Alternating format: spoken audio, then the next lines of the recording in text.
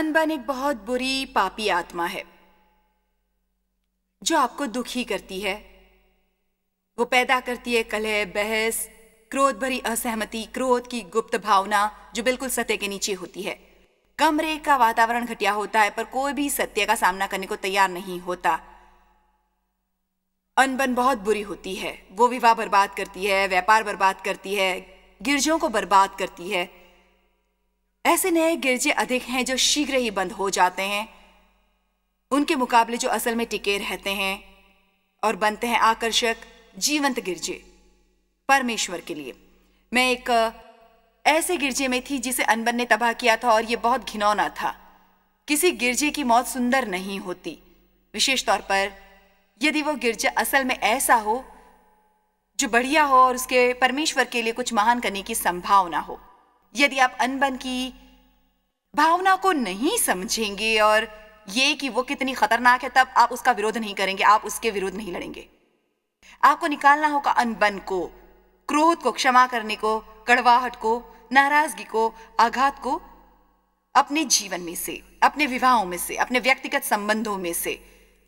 दफ्तर में भी उसका हिस्सा मत बनिए, स्कूल में भी उसका हिस्सा मत बनिए। आपको उससे दूर रहने की आवश्यकता है। सो अनबन कई भिन्न कारणों से उत्पन्न होती है, पर बाइबल के अनुसार एक चीज जिससे अनबन पैदा होती है वो है ईर्ष्या और लालच। नीति वचन 28-25 में देखते हैं, लालची मनुष्य झगड़ा मचाता है और जो यहोवा पर भरोसा रखता है वो हष्ट पुष्ट हो जाता है। चलिए अब मुझे कहने दीजिए कि तुरंत कि यदि हमें सचमुच परमेश्वर पर विश्वास हो तो हमें कभी किसी से ईर्ष्या करने की आवश्यकता नहीं होती। आप शायद ये नहीं समझे, ठीक, अच्छा। यदि हम सचमुच परमेश्वर पर विश्वास करते हैं अपने जीवन के साथ और विश्वास करते हैं कि वो हमसे प्रेम करते हैं और उनकी हमारे लिए एक योजना है, और यदि हम सचमुच मानते हैं कि उनका समय हमेशा सही होता है, फिर हमें कभी किसी अन्य से ईर्ष्या करने की आवश्यकता नहीं होती। चाहे उन्हें वो आपसे 10 वर्ष पहले मिला जो आप चाहते हो, आपको ईर्ष्या करने की आवश्यकता बिल्कुल नहीं है, क्योंकि आप परमेश्वर पर विश्वास करते हैं। परमेश्वर अपने तरीके से आपकी आवश्यकता पूरी करेंगे। सच तो यह है कि यदि हम कभी ऐसे लोगों के लिए प्रसन्न नहीं हो सकते जिन्हें वो मिलता है जो हमें चाहिए, तो इस बात की बहुत संभावना है कि हमें कभी वो नहीं मिलेगा जो हम चाहते हैं। आमीन। मैं एक बार फिर से ये कहूंगी, यदि हम कभी ऐसे लोगों के लिए प्रसन्न नहीं हो सकते जिन्हें वो मिलता है जो हम चाहते हैं, तो इस बात की बहुत संभावना है कि हमें कभी वो नहीं मिलेगा जो हम चाहते हैं, क्योंकि मुझे विश्वास है कि परमेश्वर हमें परखने के लिए कुछ परिस्थितियों में डालते रहते हैं। हमारा रुख परखने के लिए, हमारा चरित्र परखने के लिए हमें रुक के ये बात समझने की परमेश्वर की हमारे लिए एक योजना है, और वो जिस तरीके और जिस समय पर योजना पूरी करते हैं वो वैसा नहीं होगा जैसा आपके मित्र या आपके किसी अन्य पहचान वाले के लिए होगा। वो आपके लिए व्यक्तिगत रूप से बनाया गया होगा। परमेश्वर आपसे प्रेम करते हैं और वो सही तरीका जानते हैं और आपको वो देने का सही समय जो आप चाहते हैं, इच्छा करते हैं और आपको आवश्यकता होती है। यदि वो आपके लिए सही होगा, ध्यान दीजिए, यदि वो आपके लिए सही होगा और आप में से उसे संभालने की पर्याप्त परिपक्वता होगी। अक्सर हम बहुत सा फल चाहते हैं पर हमारी बिल्कुल भी जड़ें नहीं होती। क्या होता है जब हमारी जड़ें नहीं होती? जैसे कि पहला तूफान आता है, आप गिर जाते हैं। बहुत बार परमेश्वर हमारे दिल में बातें डालते हैं उससे बहुत पहले जब वो उन्हें पूरा करते हैं, केवल इसलिए कि परमेश्वर आपको एक वचन देते हैं किसी ऐसी चीज के बारे में जो आपके जीवन में हो सकती है। इसका यह अर्थ नहीं कि सचमुच वैसा होने वाला है। इसका मतलब यह है कि वो एक संभावना है। यदि आप परमेश्वर के साथ सहयोग करेंगे, परमेश्वर ने मुझे सेवकाई में आने का बुलावा दिया, पर ऐसा नहीं, पर इस तरह से नहीं हुआ होता। यदि मैंने परमेश्वर के साथ सहयोग न दिया होता तो ऐसा बिल्कुल नहीं होना था। आप चाहे माने या ना माने, वो मिलने पर हमारा चरित्र विकसित नहीं होता जो हम चाहते होते हैं। चरित्र तब विकसित होता है जब हमें वो नहीं मिलता जो हम चाहते हैं, और हम फिर भी डटे रहते हैं और वो करते हैं जो परमेश्वर हमसे चाहते हैं। आप शायद सोचते होंगे आपको कभी वो क्यों नहीं मिलता। तो इसका कारण यह है कि आप बढ़ रहे हैं और परमेश्वर के प्रति आपका समर्पण अभी परखा जा रहा है, उसकी परीक्षा हो रही है। और मुझे सचमुच विश्वास है कि कई बार उसका यही मतलब होता है। आमीन। वो आत्मिक बढ़ोतरी का एक हिस्सा है। अनबन हमेशा आती है ईर्ष्या से। जिन लोगों में लालच की भावना होती है वो कभी उससे संतुष्ट नहीं होते जो उनके पास होता है और हमेशा अधिक चाहते हैं। वो कई कारणों से अनबन को बढ़ाते हैं। एक, उन्हें कभी स्थायी संतोष नहीं होता, चाहे उनके पास जो भी हो। मैं चाहती हूं कि आप 1 मिनट के लिए सोचें, क्या आप हमेशा संतुष्ट रहते हैं? मैं चाहती हूं कि आप इस बारे में सोचें।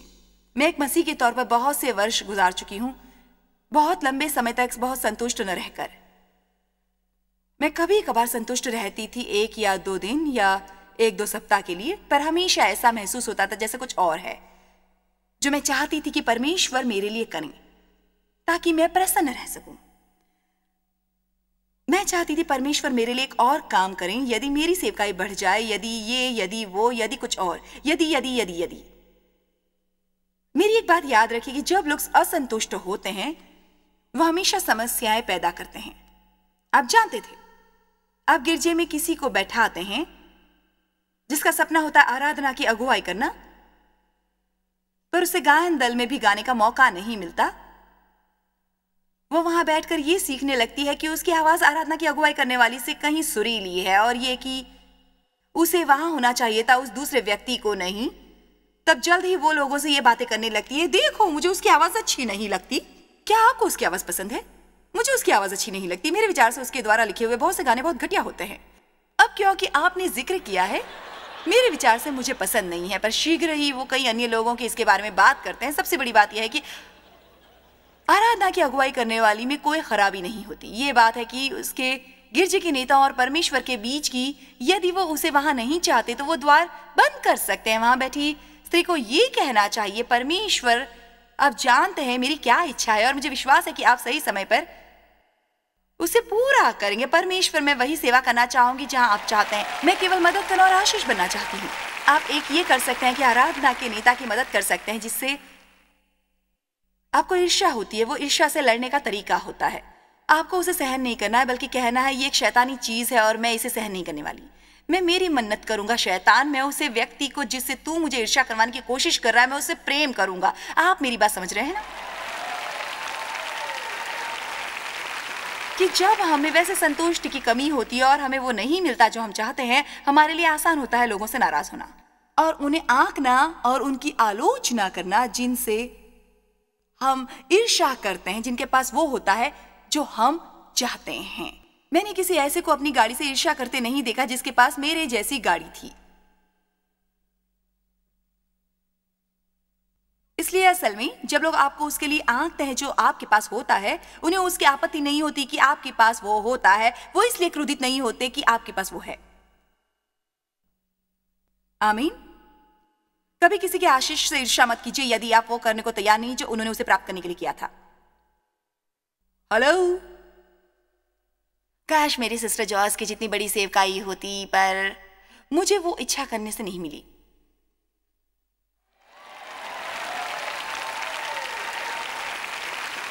मुझे वो इच्छा करने से नहीं मिली।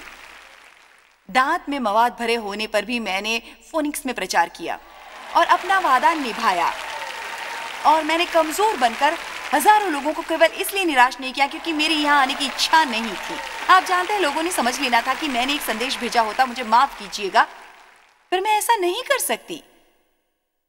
हम ऐसा नहीं कर सकते जब हमने किसी चीज के लिए वादा किया होता है। इसमें और भी बहुत कुछ होता है केवल यहाँ खड़े होकर प्रचार करने के अलावा। इसलिए परमेश्वर आपको उस सपने के लिए तैयार कर रहे हैं जो आपके दिल में है, पर उसके लिए आपको एक किसी ऐसे से ईर्ष्या करने का विरोध और उससे बचना है जिसके पास पहले से ही वो है जो आपको चाहिए। अक्सर आपको ऐसे लगेगा मानो वो लोग आपके हकदार नहीं हैं, और ये आपको सचमुच बहुत क्रोध दिला सकता है। आमीन। मैं इसे एक बार फिर कहूंगी क्योंकि मेरे विचार से ये महत्वपूर्ण है। मैं चाहती हूं आप ये समझ ले, मैंने आज सुबह इसे नोट में लिखा था। जब हम कभी संतुष्ट नहीं होते, हमें दूसरे लोगों में आसानी से गलतियां मिल जाती हैं। आप कितने संतुष्ट हैं? क्या आप लगातार हमेशा संतुष्ट रहते हैं? क्या आप सोचते हैं आप अपने विवाह से प्रसन्न होते जब आपका साथी खुद को बदलेगा? आप अपने बच्चों से तब प्रसन्न होंगे जब बच्चे स्कूल जाने लगेंगे। अब तब प्रसन्न होंगे जब वो कॉलेज की पढ़ाई पूरी करेंगे और आपको आइंदा उन्हें पैसे नहीं देने होंगे। आप तब प्रसन्न होंगे जब आपका बड़ा घर होगा। अब आपको बड़े घर की सफाई के लिए कोई मिलना चाहिए, तब आप प्रसन्न होंगे। अब आप तब प्रसन्न होंगे जब आपको कोई दूसरी होम कीपर मिलेगी, यदि वो नहीं मिली तो, या जो कुछ भी हो। आपको प्रसन्न होने के लिए चाहिए। इस सारे संतोष की कमी का कारण हमारी परिस्थितियां नहीं है, हम लोगों के अंदर, और उसका यह मतलब होता है कि हम अपने जीवनों में परमेश्वर के विधान पर 100% विश्वास नहीं करते। बाइबल में साफ लिखा है कि यदि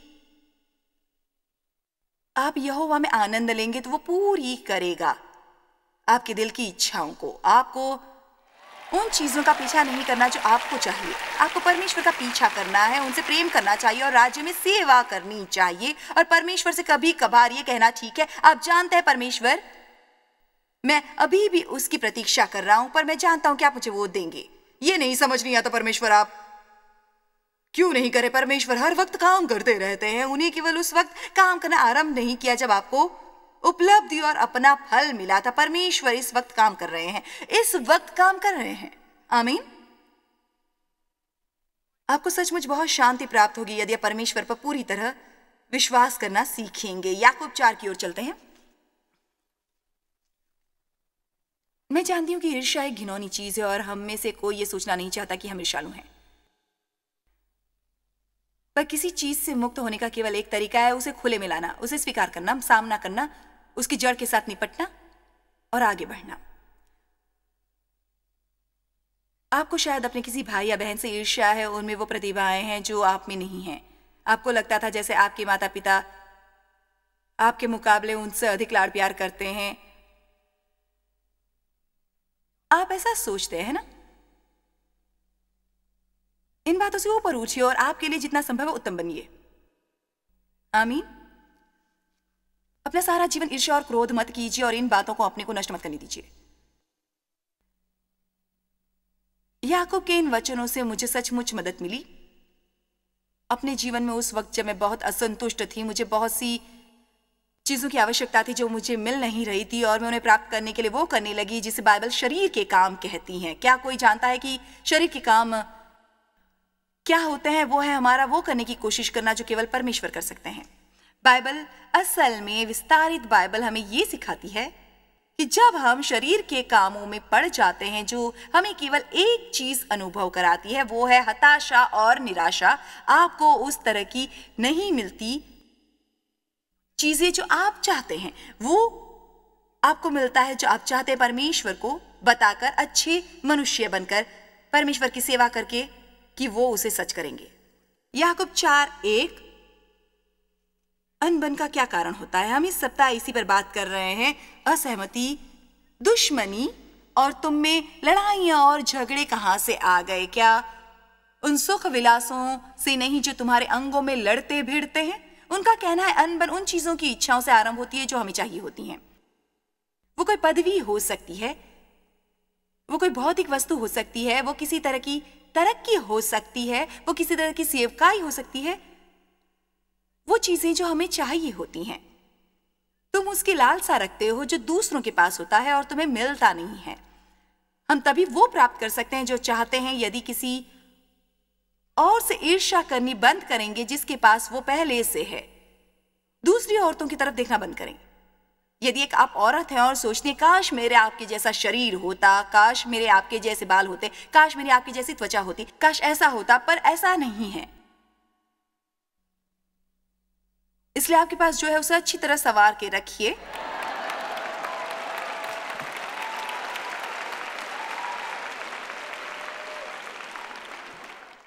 अब क्यों जीवन भर अपने को दुखी और परेशान करना चाहती हैं? क्योंकि आप किसी दूसरी औरत जैसे बनना चाहती हैं, पर वो आपकी पहचान नहीं होती। आप अपनी कमियों की ओर जितना अधिक ध्यान आकर्षित करेंगे, लोगों का उनकी ओर उतना ध्यान जाएगा। यदि आप जानते हैं होठों को सीलेंगे, आमीन। हम सभी खूबसूरत हैं। परमेश्वर कूड़ा नहीं बनाते हैं। उन्होंने हम में से 100 बनाए हैं अपने हाथों से। हमारी माँ की कोख में सभी स्त्रियों और पुरुषों को, सभी पुरुष देखने में सुंदर है, सभी औरतें खूबसूरत होती हैं। आमीन। और असली खूबसूरती वैसे भी बाहर ही नहीं होती, वो अंदर से बाहर फूटती है।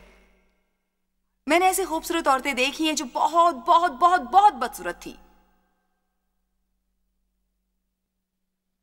तुम उसकी लालसा रखते हो जो दूसरों के पास होता है और तुम्हें मिलता नहीं, तब तुम हत्या करते हो, क्योंकि तुम हत्या करते हो। वाह! क्योंकि नफरत करना हत्या के समान है। तुम दिल में उनकी हत्या कर देते हो। मैं इस सीमा तक नहीं जाऊंगी कि मैं कहूंगी कि मुझे उनसे नफरत है। सोचिए परमेश्वर इसे क्या कहते होंगे। परमेश्वर के राज्य में ऐसे समझौते वाले इलाके नहीं होते जहां हम जी सकते हैं।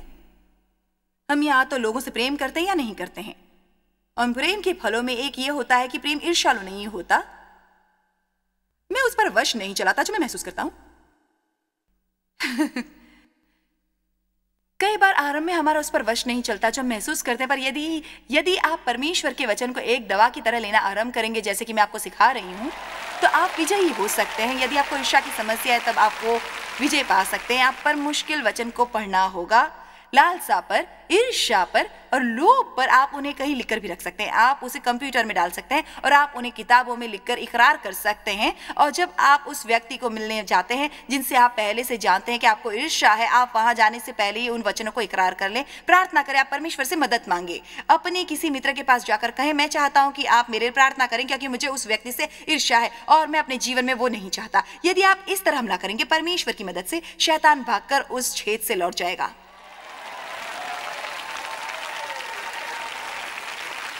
आप अपने जीवन की इन समस्याओं से छुटकारा नहीं पाते। आप कहते हैं, काश मैं इस तरह महसूस नहीं करता। शायद मुझे सिस्टर जॉयस के ईर्ष्या के बारे में सीडी खरीदनी चाहिए।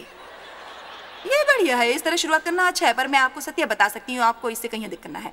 जब आपके जीवन में कोई गढ़ होती है, परमेश्वर किसी को आपको तैयार जवाब देने को नहीं देंगे। आपको उन्हें ढूंढने के लिए खुद कोशिश करनी होगी। आपको खुद इसका जवाब ढूंढना होगा।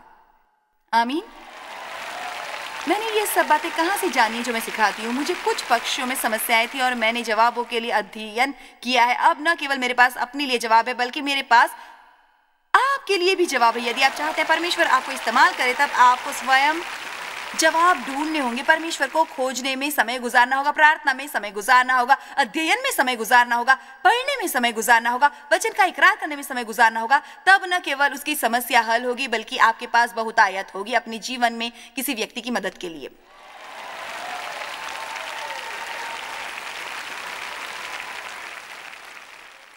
तुम हत्या और डाह करते हो और कुछ प्राप्त नहीं कर सकते, संतोष, प्रसन्नता और तृप्ति जिसकी तुम्हें तलाश है। सो तुम झगड़ते और लड़ते हो। मुझे अगला वचन प्यारा है, वो मेरे लिए जीवन बदलने वाला था। तुम्हें इसलिए नहीं मिलता कि मांगते नहीं। जब मैंने ये वचन पढ़ा, मुझे वो अपने जीवन के लिए बड़ी सीख मिली। यदि आपको कुछ चाहिए तो परमेश्वर से वो मांगिए। यदि वो ठीक होगी, वो उसे आपको देंगे। यदि वो सही नहीं होगी, तब आप प्रार्थना कीजिए कि वो आपको न दे, क्योंकि दुनिया में सबसे बुरा होता है आपके पास वो होना जिसके लिए आप अभिषेक नहीं हैं। काश मेरी सिस्टर जॉयस की जितनी बड़ी सेवकाई होती। इच्छा करना काफी नहीं है। आप सेवकाई की इच्छा करते हैं, पर आप शायद वो जिम्मेदारी नहीं चाहेंगे जो उसके साथ उठानी पड़ती है। और यदि आपको वैसी सेवकाई मिलती है, तब आप परमेश्वर के प्रति वफादार रहिए, तो वो सच में वो कर दिखाएंगे। लोग मुझसे आकर पूछते हैं, मैं अपनी सेवकाई कैसे आरंभ करूं? मैं कहती हूं, आप प्रार्थना करें।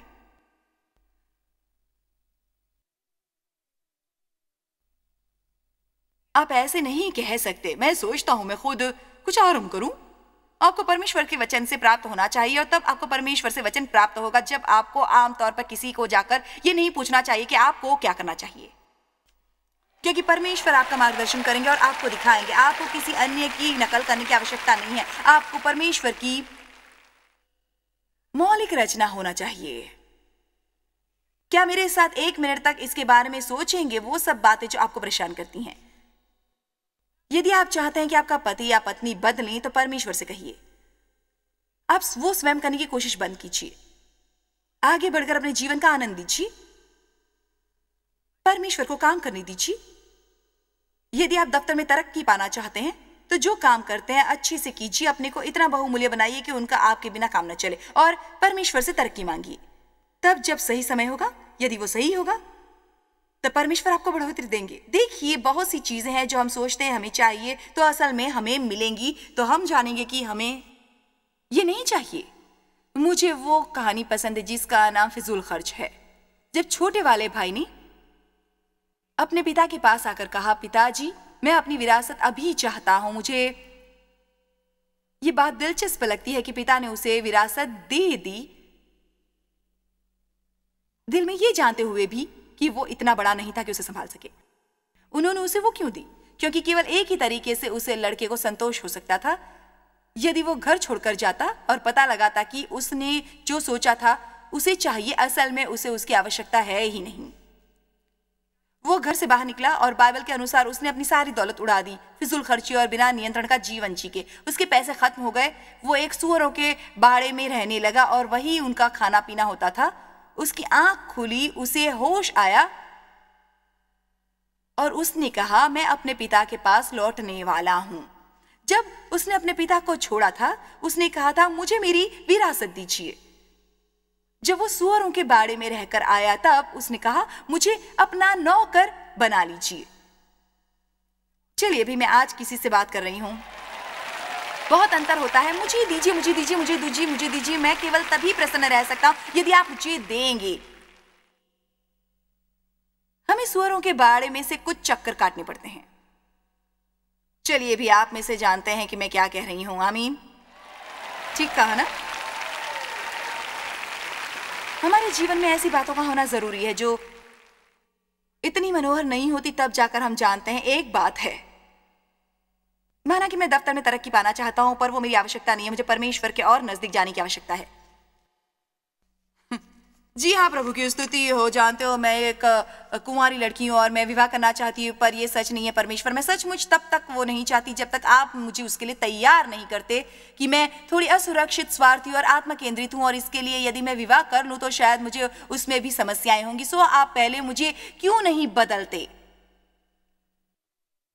आप पहले मुझ पर काम क्यों नहीं करते, और फिर तब आप तैयार हो परमेश्वर। आप मुझे एक अलौकिक संबंध दे सकते हैं और आप रातों रात मुझे वो दे सकते हैं जो मैं चाहती हूं। आप क्यों नहीं आगे बढ़कर परमेश्वर का आनंद उठाते और परमेश्वर के साथ आनंद नहीं लेते?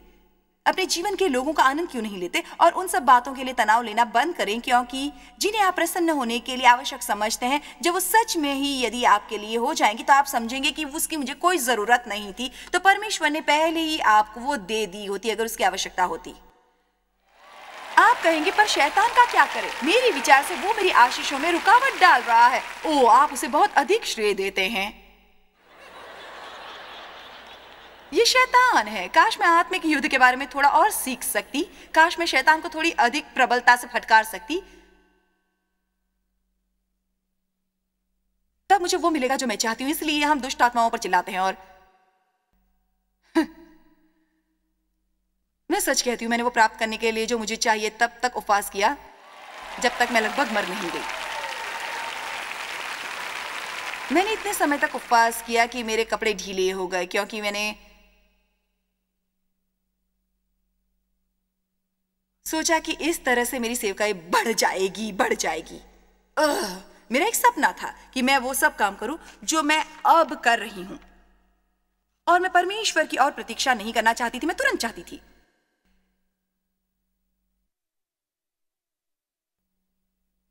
क्या यहां कोई है जो मुझे सुन रहा है?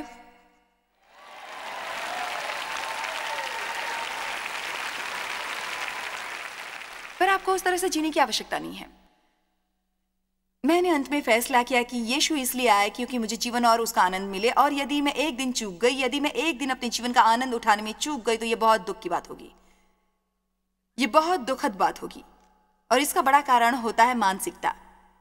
पर एक तरीका जिससे आप प्रसन्न हो सकते हैं, चाहे आप जो भी करते हो, वो है अपने मन को तुरंत सही दिशा में मोड़ लीजिए, अपने मन को तैयार कर लीजिए। मैं आप पर पर्याप्त विश्वास करूंगा परमेश्वर की यदि मुझे वो करने को न मिले जो मैं सोचता हूं, तो वो चाहता हूं जो आप चाहते हैं मैं करूं, तो मैं वो अवश्य करूंगा, क्योंकि मैं जानता हूं कि आप वही चाहते हैं जो मेरे लिए अच्छा होगा। यदि हम परमेश्वर पर विश्वास करेंगे और शांति और संतोष को खोजेंगे, हम एक फैसला करते हैं, मैं वो करूंगा जो मुझे करना चाहिए ताकि मेरे जीवन में शांति हो, तब आपके जीवन में अन्न बन के प्रवेश करने के लिए कोई जगह नहीं होगी। अन्न बन हमसे वो बहुत सी आशीषें हथिया लेती हैं जो परमेश्वर हमें देते हैं। उन्होंने हमें शांति, एकता और सहमति के लिए बुलाया है। मैं आपको बताऊंगी आप कैसे दूसरे लोगों के जीवन को प्रभावित कर सकते हैं, और ये एक ऐसी चीज है जिससे आपको सचमुच जानने की आवश्यकता है। जॉय स्माइल मिनिस्ट्रीज में आप हमारे लिए कितने अहम हैं, इसका आपको अंदाजा नहीं। हम आपके आभारी हैं और हम धन्यवाद करते हैं अपने सब मित्रों और सहयोगियों का कि उन्होंने इस विश्वव्यापी सेवकाई को संभव बनाया। मिलकर हम भूखों को खिला रहे हैं, गरीबों को पहना रहे हैं और कई देशों में सुसमाचार पहुंचा रहे हैं। कृपया हमसे संपर्क करें या विजिट करें jmmindia.org पर। आज ही अपनी प्रार्थना के अनुरोध बताने के लिए, हमारे साधनों के बारे में और जानकारी और जॉयस की सभाओं का शेड्यूल जानने के लिए, और हमारे सहयोगी बन जाएं दुनिया भर में मसीह का प्रेम बांटने के लिए।